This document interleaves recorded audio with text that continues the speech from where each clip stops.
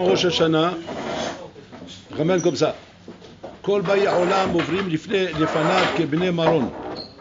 Tout Am Israël passe devant Kadosh Baruch Hu Kebne Maron. Mahloket dans la Gemara. C'est quoi Bne Maron? Trois avis sont dans la Gemara.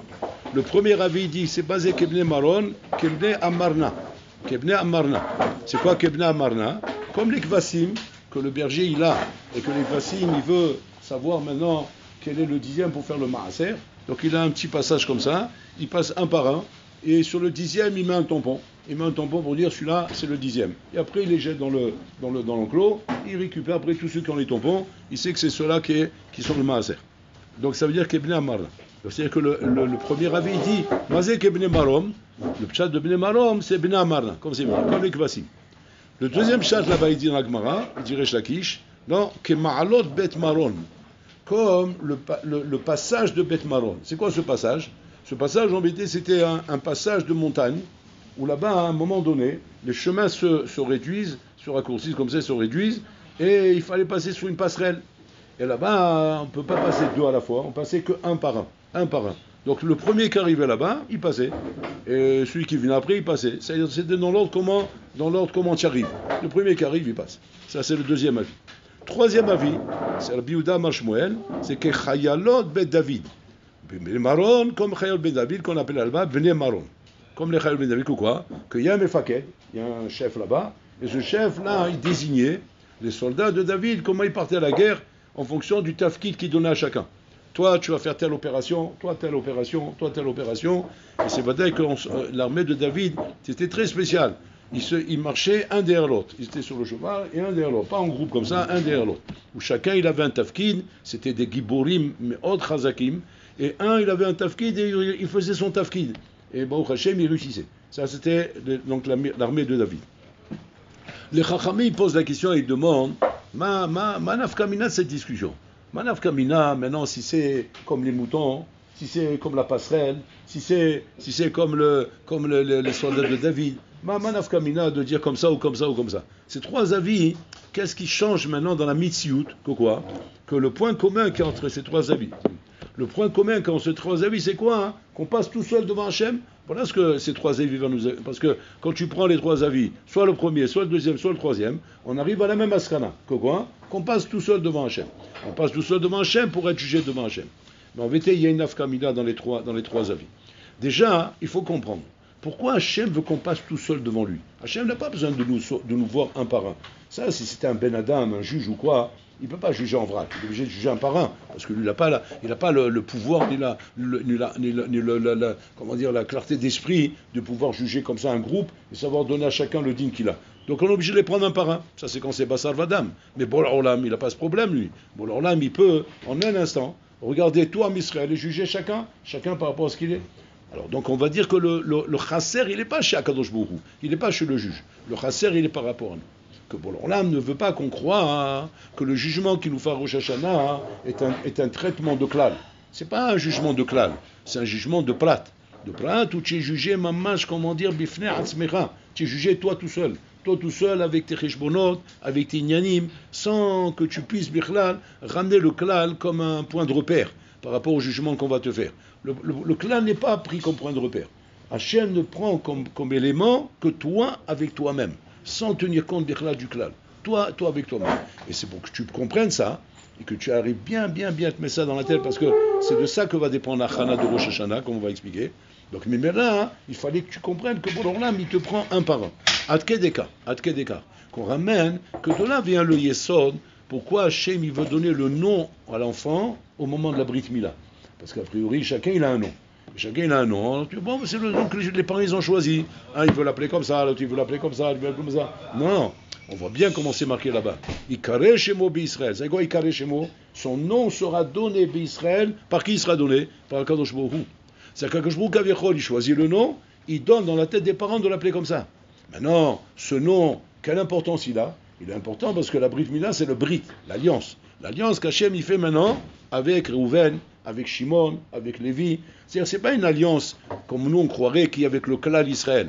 Non, c'est une alliance avec chacun de nous. C'est qu'à partir de là, bon alors là, il veut que tu comprennes qu'on vit avec Akadosh Baruch Hu dans un rapport de Hashgacha Pratit et pas Hashgacha Klalit.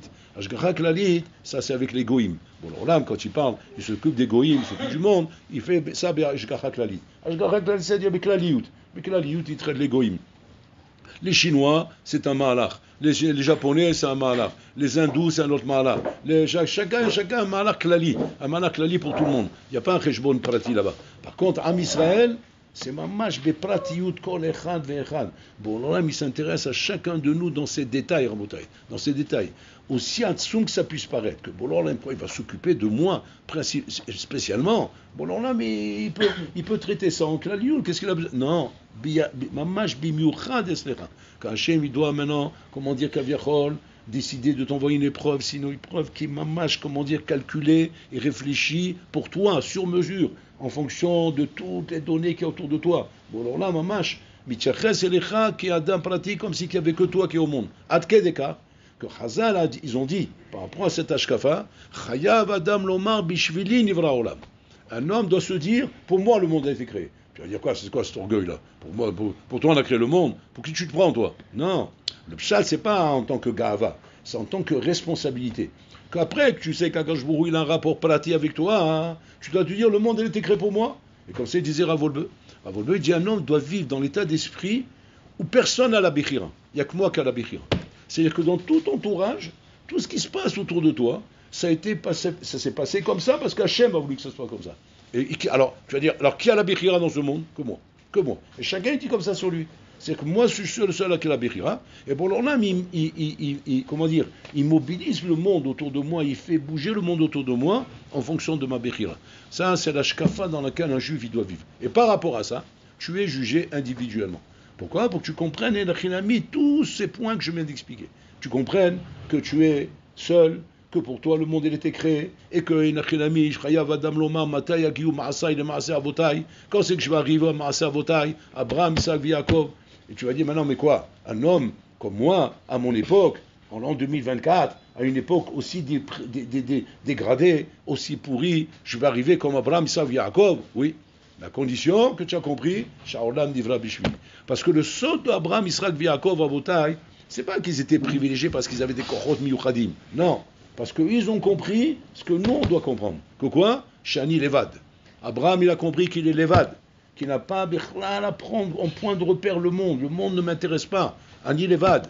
Israël, il a compris qu'il est Levad. Yaakov, il a compris qu'il est Levad. Et c'est ça le saut d'Avoté Noagedoshim. Grâce à ça, ils ont compris, ils sont devenus des Gdolim. Donc ça veut dire que le saut de devenir un Gadol ne se situe pas à Rabotai dans les Kélim que tu as, dans les facultés que tu as, dans les Kishronot que tu as, dans les matanot qu'on t'a donné. Ça peut jouer un petit peu, mais c'est pas ça le Ika. Parce qu'Abraham Avinu Rabotai n'a pas été gâté par la nature. Il n'a pas été gâté par la nature. Abraham Avinu Rabotai, c'est un Ben Nida. Il est sorti Rabotai d'une union interdite. Il est sorti de père et mère Vodazara. Il est sorti Rabotai du Bronx. Du Bronx, c'est-à-dire de l'endroit le plus bas qu'on peut imaginer dans les Madrigot Rouchanit. C'est le niveau le plus bas qu'on peut atteindre, Rabotai. Et il est sorti là-bas, Abraham Avinu. Et comment il est venu? Abraham Avinu. Mais qu'est-ce qu'il a donné ce Kohar? Levad, Ani Levad. Du moment où il a su se mettre de côté, comme c'est marqué Abraham à Ivry. À Ivry, Sha'avar la Sadacheni. Il a su se mettre de côté et ne pas laisser le Olam constamment lui dire à l'oreille, mais tu n'es pas comme tout le monde. Tu dois faire comme tout le monde. Tu es en train de te mettre en marge, là. Tu es en train de te mettre de côté. Tu ne peux pas faire ça. C'est ça qui nous bloque dans la vie en bouteille. Tous les blocages dans la vie que tu vas rencontrer dans ta vie, c'est à partir du moment où tu prends le tout le monde comme un point de référence. Tant que tu es en train de te référencer par rapport à tout le monde, tu ne sortiras pas du lot. Tu ne sortiras pas du lot. Tu seras comme tout le monde. Voilà, tu seras comme tout le monde. Un tocard comme les autres. Il y a combien? Il y a 8 milliards de tocards sur la terre. Ben encore un, c'est toi. Mais si tu veux maintenant devenir Mashou Miuchad, Matay Agiou Maasai, les Maasai Avotai, c'est pas shoot. Suivre le chemin par lequel ils sont passés, nous, votez-nous. Par quel chemin ils sont passés? Rien de spécial. C'est pas qu'ils avaient un Kisharon Miuchad ou bien des dons Miuchadim. Non. Une chose, c'est ça le sod. Ils ont compris qu'on est seul. On est seul. À partir du moment où il a compris qu'il est seul, Abraham Avinu, ce chemin de solitude, de solitaire, l'a amené vers Hachem. Israël pareil, Yaakov pareil. Tu vas me dire, mais attends, mais la chevra c'est important. C'est important la chevra, c'est important les amis, c'est important les copains. Tout ça c'est important, Rabotai, après que tu t'es construit. Tant que tu t'es pas construit, fais attention à la chevra. Fais attention à la chevra. La chevra, ça peut aider, mais ça peut faire tomber aussi en bouteille. C'est pas qu'en sens unique la chevra. Ça peut être bon ou mauvais. Alors qu'est-ce qu'il faut avant ça? Avant tout, d'abord te construire. Te construire une ishiout. Et puis tu dis pourquoi? Parce que c'est en fonction de ma ishiout je vais choisir ma chevra. C'est pas ma chevra qui va déterminer ma ishiout. Sinon c'est à l'envers. Si un bonhomme en bouteille il se façonne une vie par rapport à la chevra, eh bien sa chevra lui a donné sa ishiout. Alors que ça ne doit pas être comme ça. C'est ma ishiout qui doit déterminer ma chevra. Parce que je dois avoir le choix de ma chevra. Moi, je dois choisir mes chavirim. Et pas mes chavirim ont choisi de me faire comme ça ou comme ça. Et ça, Rabotai, c'est le piège de la société dans laquelle nous vivons aujourd'hui. Aujourd'hui, Rabotai, une société où le piège qui est devant nous le plus shachiyar, c'est pas chou, c'est Adam Mushpa Mea Chevra, comme dit le Rambam. Un homme est influencé par la chevra. Et donc, par rapport à la chevra, il suit le mouvement du klal. Et le mouvement du klal lui dit s'il est bon ou pas bon. Et du moment où je suis en accord avec le mouvement du klal, alors je me dis ça va pour moi. De toute façon, c'est le klal qui me permet de me repérer si je suis dans une bonne voie ou une mauvaise voie. Du moment où tout le monde fait comme ça, Istama, je suis dans la bonne voie. Du moment où c'est pas comme ça qu'ils font tout le monde, je suis dans la mauvaise voie. C'est bidjouk à l'envers. Tu dois être à l'inverse de la chevra. Tu dois être par rapport à des malachim que tu fais par rapport à toi-même. Abraham Avinu s'est retrouvé contre tout le monde. À aucun moment il a dit je dois me tromper de chemin, c'est pas possible. Tout le monde dit Paris c'est par là-bas. Et moi je vais dans le sens. A priori je me trompe de chemin. Abraham Avinu il a compris que non. Que c'est pour trouver son chemin, il faut forcément être seul, Rabotai. Parce que Hachem, tu ne le retrouveras que dans ton chemin solitaire. Chemin solitaire où tu es toi avec toi-même. C'est là-bas que tu trouves Hachem. Sinon, la chevra te gênera pour comprendre le chemin que tu dois prendre dans la vie. Ça, c'est Hachem, tout ce que je viens de dire, Hachem, pour que tu comprennes ça, c'est pour ça qu'il nous juge seul le jour de Rosh Hashanah. Maintenant, il y a 3 dalgot à ça. 3 marloquettes, 3 chitotes. Maintenant, on va comprendre pourquoi 3 chitotes. C'est-à-dire qu'il y a 3 principes dans ce que je viens de dire. 3 niveaux dans ce que je viens de dire. C'est la marloquette, c'est les 3 avis. Premier niveau, comme les moutons. Comme les moutons, c'est-à-dire que le berger, il est là, il passe ses moutons, un par un, et le 10e, il le met le tampon. Et comme ça, il les passe un par un. Maintenant, comment les moutons ils se positionnent, vous voulez, qu'est-ce que ça vient nous apprendre? Qu'est-ce que ça vient nous apprendre sur l'union des moutons et qu'on passe devant Hachem comme des moutons? C'est pour t'apprendre chez Davar Chachouv. T'apprendre que comme le berger, chaque mouton, il est Chachouv, il n'est pas Batel BLF, il ne s'annule pas dans 1000 ou dans 10 000 ou dans 100 000. Chaque mouton, il a sa Chachivut. Et Vadaï que le berger n'est pas mésazet dans aucun mouton. Même s'il y en a un qui s'est perdu, il est en train de tourner à droite à gauche, il le récupère, il l'amène pour passer par la passerelle là-bas. Pourquoi? Parce que chaque mouton est important pour déterminer combien je dois donner de maaser et combien je dois tamponner. Ça, c'est la première leçon. C'est quoi? Chez Davar, chez Beninyan ou Hachouv. Une chose qu'on compte, elle est Hachouva. Donc tu dois te dire, Ani Hachouv be'ene Hachem. Si tu banalises ton niveau, tu banalises ce que tu es, et tu commences à te dire, mais je suis comme tout le monde, qu'est-ce qui va sortir de moi? Qu'est-ce que je peux espérer de moi-même? Du moment où je me considère comme tout le monde, donc je ne vois pas la chachibout que je peux avoir. Et tu ne te rends pas compte que quoi? Que comment les Gdolim sont devenus Gdolim? C'était quoi le secret des Gdolim? Tu ne dis pas parce qu'ils étaient prédisposés à ça. Ils avaient déjà une prédisposition à ça. C'est faux là aussi. Là aussi c'est faux. Comme dans Avot HaKadoshim. Comme Avot HaKadoshim, ils ont compris le essor du solitaire. Eux, ils ont compris le essor de la hashivut. Les Gdolim sont devenus des Gdolim parce qu'ils ont compris qu'ils sont hashuv. Qu'ils sont hashuv ben Hashem. Quand un bonhomme il a compris qu'il est hashuv rabotai, il banalise plus rien. Plus rien. Tout est pris en considération, tout est pris par hashivut. Pourquoi? Parce que je suis hashuv. Je suis pas un élément négligeable pour Hachem. Je suis un élément très important. Et donc par rapport à ça, je sais qu'Hachem, Kaviachol, il compte sur moi. Il compte sur moi dans ce monde. Quand tu sais que tu comptes sur... Imagine-toi que tu rentres dans une boîte et le PDG n'arrête pas de te répéter. Je compte sur vous, hein. Je compte sur vous. Je compte sur vous, monsieur. Il te répète tous les jours. Au bout d'un moment, ça doit rentrer dans ton crâne. Tu te dis, attends, pourquoi il me répète ça sans arrêt? Alors maintenant, tu demandes à ton copain, il te dit, mais s'il te le dit, c'est qu'il compte sur toi. Tu dis, mais attends, pourquoi il compte sur moi? Parce que tu as chou à ses yeux. Au bout d'un moment, ça doit te rentrer dans le crâne. Il dit, attends, il ne dit pas ça pour rien, c'est un PDG, c'est pas un rigolo, il n'a rien à gagner avec moi, parce que moi, j'ai pas de pognon. Donc c'est pas à moi qui va lui faire gagner de l'argent. Donc maintenant, s'il compte sur moi, c'est que Kanyeri, il a vu chez moi quelque chose d'important dans la boîte. Et ça, il ne faut pas que tu te trompes là-dessus. Ça, on parle maintenant, je te parle d'un patron, d'un Bassar Vadam, d'un Ben Adam, ça raconte. Maintenant, je te parle de Melech Malcha, Melachim, Akadosh Baruch Hu. Quand il te dit comme ça, je compte sur toi. C'est-à-dire qu'un homme, il doit dire que quoi? Kol ha'olam, chesio chayav, chesio zakai. Le olam, il est comme la balance. Chesio chayav, chesio zakai. Moitié chayav, moitié zakai. Imani Hashem, si moi maintenant je décide de faire une avera, ani machriar et kol ha'olam le kav chova. Et si moi maintenant je décide de faire une mitzvah, ani machriar et kol ha'olam le kav zchut. C'est ça chashuv. Chashuv, c'est-à-dire, ne prends pas tes maasim là en disant, bon, encore une avera, qu'est-ce que ça fait dans la balance? Il y en a tellement des averot. Encore une mitzvah, ça fait quoi dans la balance? Il y a tellement de mitzvot. Manaf kamina, encore une mitzvah, encore une avera. C'est ça l'erreur. Les Chachamim te disent, attention, tu chashuv ben Hashem. Il y a une balance. Dans cette balance, le olam, il est chetzi et chetzi. Mamash, chetzi, chetzi. Ton maaseh va être machliar les canaux, les canaux. C'est-à-dire qu'un homme, Rabotai, quand il est en train de faire une avera, il doit se dire, attention, ani chashuv ben Hashem. Maintenant que j'ai fait cette avera, j'ai fait basculer le olam dans les kafrovins. C'est ça l'argacha que je dois avoir. C'est comme ça que je dois sentir. Je dois sentir mal au ventre. Je dis, mais qu'est-ce que j'ai fait? Catastrophique. Par le ménane. J'ai mis en danger le bateau il va couler par le ménane à cause de moi. Comme ça, tu dois réagir. Maintenant, tu vas dire quoi? Tu vas dire, non, c'est une façon de parler. Chaz shalom. Façon de parler. Je crois que les Chazal, ils ont rien à faire que de plaisanter. Les Chazal, ils ne plaisantent pas à Botaï. Dehors, on plaisante. Dehors, on plaisante quand on veut faire croire des choses parce qu'on veut te vendre. C'est des formules commerciales dehors. Ici, Rabotai, c'est Amita chez le Torah. Chaque mot de Chazal est pesé, Rabotai, est pesé et réfléchi avant d'être dit. Si les Chazal, Rabotai, ils n'ont pas eu peur de dire, c'est comme une balance. Il y a 50-50. Tu fais un maaseh, ata machria. Wow. Combien de ioun ils ont fait avant de dire ça, les Chazal? Combien ils ont réfléchi avant de dire ça? Avant de prendre la responsabilité de dire une chose comme ça à quelqu'un? Tu crois comme ça, on balance une chose comme ça, juste pour formule commerciale, et d'avoir casé. C'est ça le Hémet. Donc maintenant, combien tu vas réfléchir maintenant? Combien tu vas réfléchir avant de faire un maaseh? De te dire comme ça, hein, maintenant je peux parler la shonara ou bien je ne parle pas. Je peux regarder ou je ne regarde pas. Je peux m'énerver ou je ne m'énerve pas. Je peux étudier ou je peux faire bitul Torah. Constamment, attention, tu chashuv. Pense qu'il y a la balance devant toi. Ton maaseh, il est mahliar les cannes ou les cannes. Et tu ne peux pas maintenant prendre ça à la légère. Parce que dans tes yeux, tu n'es pas chashuv. Si tu n'es pas chashuv à tes yeux, tu es un bandit. Pourquoi? Parce que c'est toi qui es mezalzel. C'est mezalzel dans cette idée de dire tu es chashuv alors que tu es chashuv. Ça, c'est la première notion. Kebne maron, comme ces moutons qui passent un par un, pour nous donner cette notion de hashivut. Et bon, alors là, il veut justement que tu passes un par un devant lui, pour que tu aies compris. Je te juge individuellement parce que tu es chashuv dans la balance de ce monde. Fait.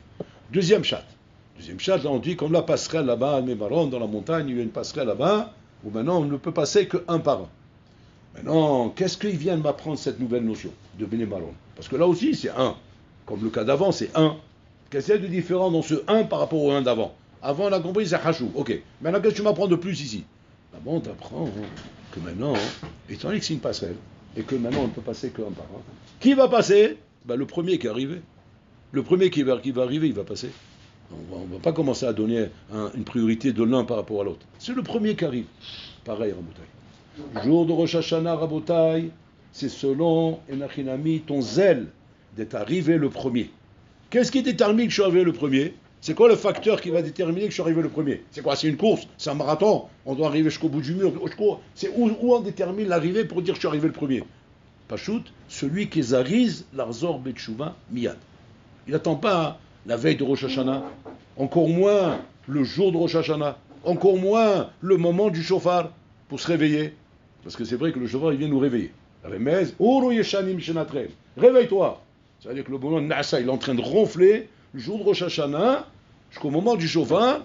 Les Kulehai Veoulai, que peut-être le shofar, il va le réveiller comme un réveil parce qu'il est en train de ronfler. Shem Ishmor, Shem Ishmor. Il y a une nafkamina rabotai dans le din. Si on est jugé en premier, ou bien en deuxième, ou en troisième. Plus le din rabotai traîne, et plus le kourou d'Akashbohu il monte. Et plus Bololam il juge d'une manière dure. C'est-à-dire que, quand maintenant toi tu vas arriver en dernier, tu passeras seul, comme on a dit, parce que de toute façon on passe seul. Mais tu vas venir, une fois qu'Hachim il a jugé beaucoup de gens avant toi. Tu dis, mais comment ils sont arrivés avant moi? Parce qu'ils ont fait tchouva avant toi. Ils n'ont pas attendu le jour de Rosh Hashanah. Ils ont fait tchouva le premier jour de Elul. Maximum le deuxième. Maximum le troisième, le quatrième, le cinquième. Mais en tout cas, on n'attend pas la fin. Et alors, ça me donne des chances d'arriver au moins en premier devant Hachem, ou alors au moins d'être parmi les premiers. Qu'à ce moment-là, Le din, il est rare. Le din, il est plus calme, il est plus paisible. L'olam, il a encore les forces et la patience qu'Aviarol d'écouter, d'attendre et de juger avec plus de compassion les gens. Plus tu traînes, et plus c'est mekatreg alecha, comme dit Rabbeinu Yona. Rabbeinu Yona, il dit comme ça. Ne tarde pas à faire tchouva quand tu as compris qu'il faut faire tchouva. Si tu n'as pas compris qu'il faut tchouva, qu'il faut faire tchouva, ça veut dire que tu es encore metumtam. À la rigueur, c'est ça le kafsrout qu'on peut trouver chez toi, que tu es un metumtam. Mais si jamais tu as compris qu'il faut faire tchouva, parce qu'on te l'a expliqué, tu l'as entendu, c'est pas la première fois que j'entends ça. Tous les ans, j'entends qu'il faut faire tchouva. Et tu as compris qu'il faut faire tchouva. Si tu as compris, qu'est-ce que tu attends alors? Qu'est-ce que tu attends de faire tchouva? Mata mechake. Il y a encore un point que tu n'as pas compris. Et s'il y a un point que tu n'as pas compris, va demander à ton rave. Va vérifier la souga. Et si Nachinami la souga, la maskana a dit qu'il faut faire tchouva, astarzor bet tchouva. Mata mechake. Malheureusement, Rabotai le Yetzerara, mais balbel otra. Les babel otra le Yetzerara Rabotai. Le Yetzerara, il met balbel otra, il te met dans la tête que quoi? Que ça va, on a le temps, c'est pas pressé, on va voir, c'est tellement difficile de prendre une décision, c'est tellement difficile de changer, c'est tellement difficile de faire des shinouim dans la vie, de changer notre vie, etc. Alors on veut le faire que si on n'a plus le choix. Que si on n'a plus le choix, on veut changer Rabotai. Une fois que tu t'es pris le platane dans la tête, et tu es éclaté, tu en sens, tu n'as plus de dents. Oui, et maintenant, effectivement, dans ce matzav-là, d'éclater, alors là, ok, on n'a pas le choix, on va faire tchouva. Oh, il va voir. C'est comme ça qu'on fait tchouva. On fait une tchouva une fois qu'on n'a plus le choix, hein, c'est ça. Mais tu rigoles, quoi. Il ne faut pas attendre que la vie ne te laisse plus de choix pour faire tchouva. La tchouva, il faut la faire tant que tu es encore capable de la faire. Tant que tu auras un mérite de ça. Parce que sinon, tu n'auras plus le mérite, Birlan. Parce que si tu as fait tchouva parce qu'on t'a mis un revolver sur la tête, quel mérite tu as de ça? Ok, tu as fait tchouva, mais ce n'est pas un mérite, Rabotai. Tu as encore le mérite de faire tchouva. Parce que, Baruch Hashem, tu as encore la Bechira. Et tu peux arriver à te corriger. Et donc, il faut arriver vite. Vite et ne pas attendre Rabotai. Maintenant, les derniers moments pour faire tchouva. Parce que celui qui attend le shofar pour faire tchouva, celui-là, Rabotai, ça s'appelle qu'il est venu en dernier dans le djinn. Il est venu en dernier dans le djinn. Maintenant, il va te dire, ah, je t'ai pas chez mon lahad, j'ai passé un bon Rosh Hashanah. On va dire, qu'est-ce qui te fait croire ça? Vous savez pas que Godarav, j'ai pleuré au moment du shofar. Vous vous rendez compte? J'ai pleuré, j'ai versé des larmes, Godarav. C'est beau ou pas beau? C'est ça, c'est ça le siman qu'on a fait, qu'on a réussi Rosh Hashanah. Bnei Maron vient te dire non, tu t'es loupé, Habibé. Bon, je ne veux pas vous décourager non plus. Si tu as pleuré à Shabbat, c'est bien, c'est une bonne chose.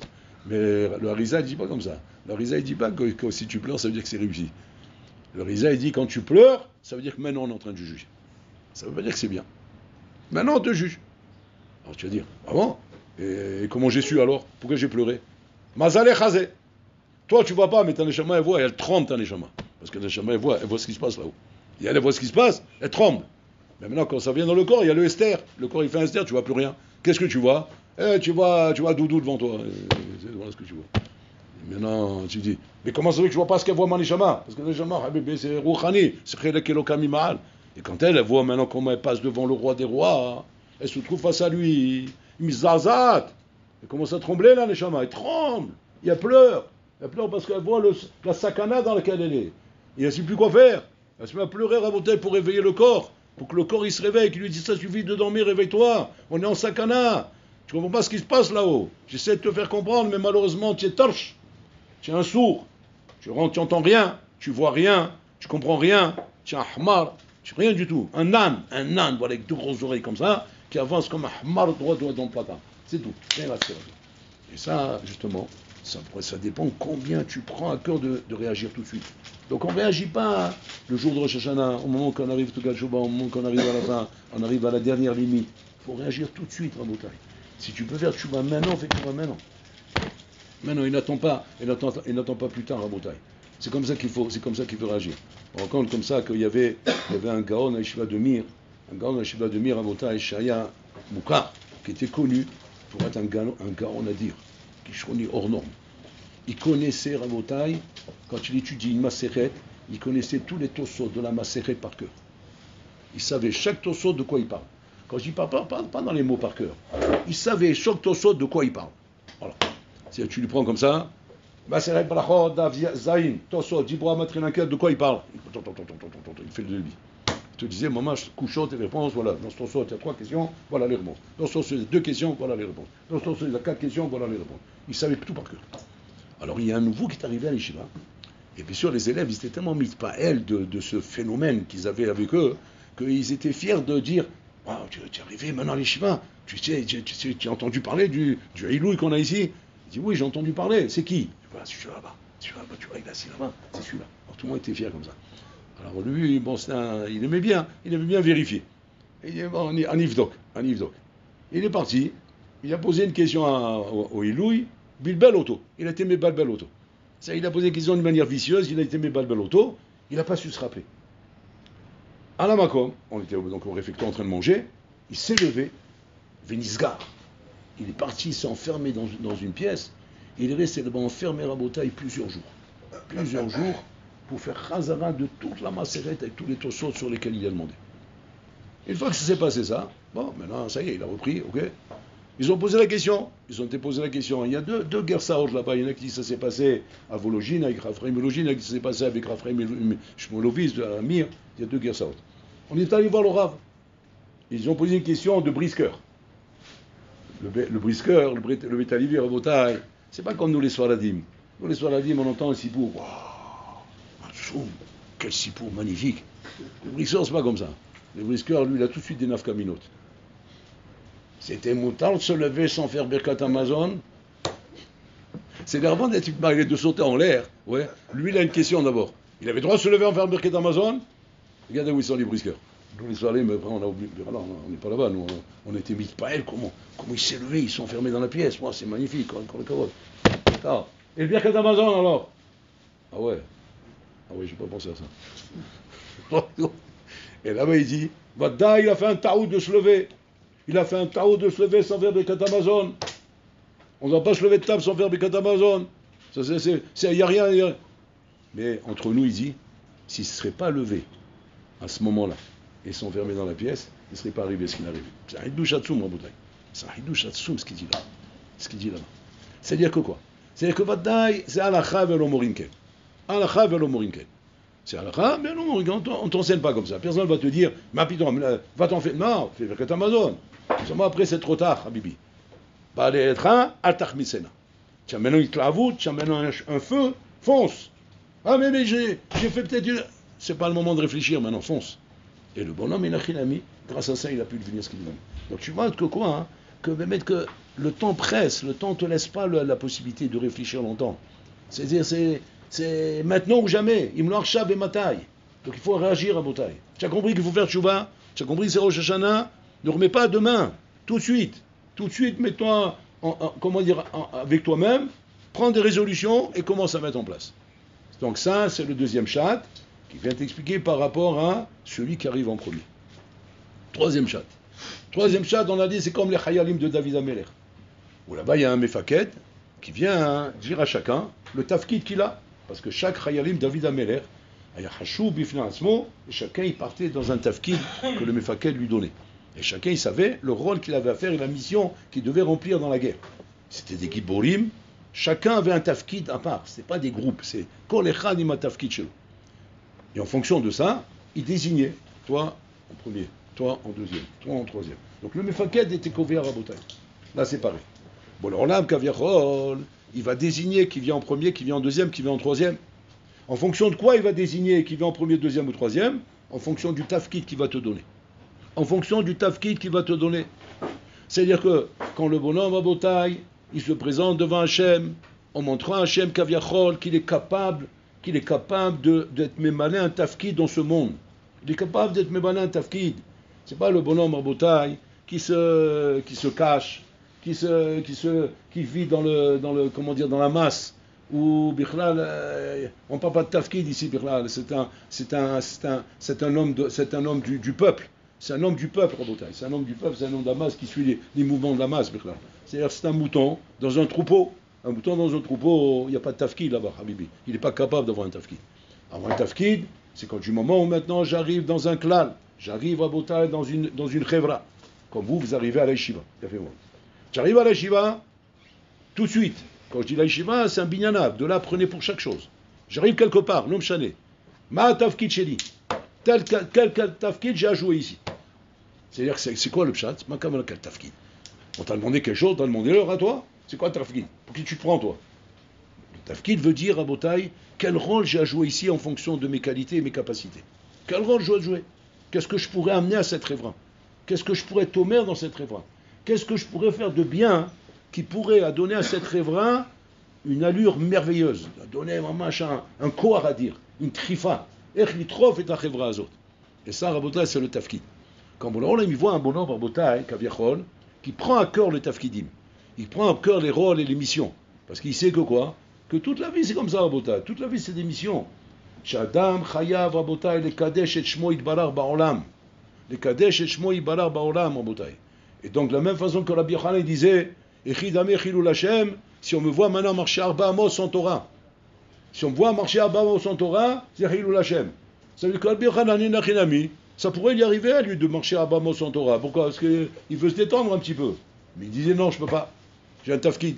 J'ai un tafkid, le Chilul Hashem. Que si on me voit moi sans Torah, Chilul Hashem. C'est pareil ici, Rabotai. Tu as un tafkid en tant que Bachour à l'Eshiva.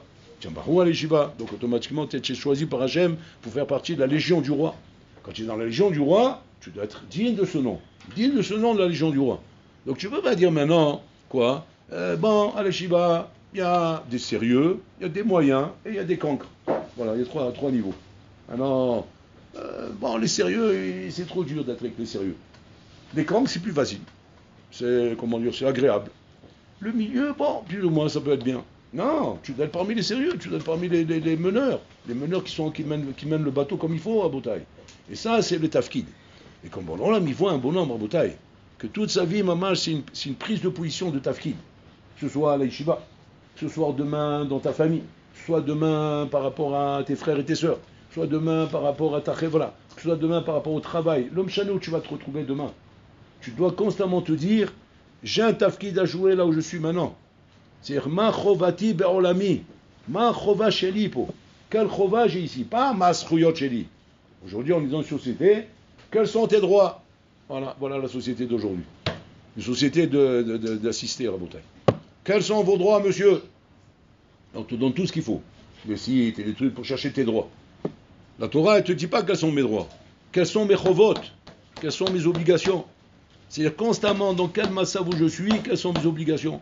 C'est-à-dire je dois faire attention à la manière comment je prie. Pourquoi? Parce que si jamais je prie pas bien, peut-être il y a un barreau qui va me regarder à ce moment-là, et je vais lui faire halishut adat à cause de moi, il n'a pas bien prié. Je vais faire une bracha maintenant. Peut-être je vais faire la bracha pas très bien avec Havana, et à cause de moi, quelqu'un va me voir, il ne va pas la faire bien. Peut-être je suis assis au Beth Midrash en train d'étudier. Un barreau, il va me voir que je ne suis pas en train d'étudier bien, ça va être marlich auto, et mais là, il ne va pas bien étudier. Maintenant, tout de suite, quel est le réflexe qui vient à l'esprit? Attends, moi je suis pas le dirigeant du monde, moi. Il a qu'à regarder d'autres choses. Pourquoi il me regarde à moi? Non, sourd. Tu n'as pas compris que Mahovato Be'olamo. Tu n'as pas compris que tu as un tafkid. Alors il n'a rien ami. Quand on n'a pas compris qu'on a un tafkid, on passe en dernier devant Kadosh Baruch Hu. On passe en dernier, et là sera bébé, le djinn il est plus dur. Donc, on a compris, mamash, un yesod important. Qu'on passe seul devant Hachem, il faut passer le plus vite possible devant Hachem. Et en fonction de ça, ça dépend de cette marloquette qu'on a ici, qui est vraie, les trois déotes sont vraies à Botaï. Maintenant, mais ça dépend, Inachinami, comment tu vas te positionner en premier. Soit parce que tu vas faire vite chouva, soit parce que tu as fait attention à ton tafkid, soit parce que tu as fait attention de comprendre que tu es hachou. Et c'est ça, Rabotai, les trois éléments indispensables, qui sont les éléments avec lesquels on doit avancer dans la vie. Et pas, Rabotai, Haz Shalom, se mettre à s'accrocher à d'autres choses qui sont des klalim de goïm, des klalim d'idiots et d'imbéciles, de l'etsanout, Rabotai, qui ne va t'amener nulle part dans la vie, Rabotai. En fonction de ces ma'asim, ma'asecha yikarvucha, ma'asecha yirahukcha, comme c'est dit Chazal. Tes ma'asim vont te rapprocher et tes ma'asim vont t'éloigner. C'est pas qu'un homme il a plus de mazal que l'autre, ou il a plus. Non, c'est tes ma'asim. En fonction de tes ma'asim, tu auras ton shidur. En fonction des ma'asim, tu auras de la siyata d'Ishmaya. En fonction des ma'asim, tu auras de la slacha. C'est-à-dire que c'est tes ma'asim qui déterminent ta vie. Même ton mazal, c'est tes ma'asim. Donc un homme, il ne peut pas dire maintenant, ouais, il y en a qui ont du mazal, il n'y a pas de mazal, c'est la fatalité. Fatalité, voilà, c'est m'ksob. Voilà, c'est comme ça. La fatalité, c'est comme c'est. Et comme c'est, on ne peut rien faire. Un davar kazé, un mazal Israël. C'est toi qui prends ta vie en main. Et donc Rosh Hashanah vient nous apprendre ce yesod de prendre sa vie en main.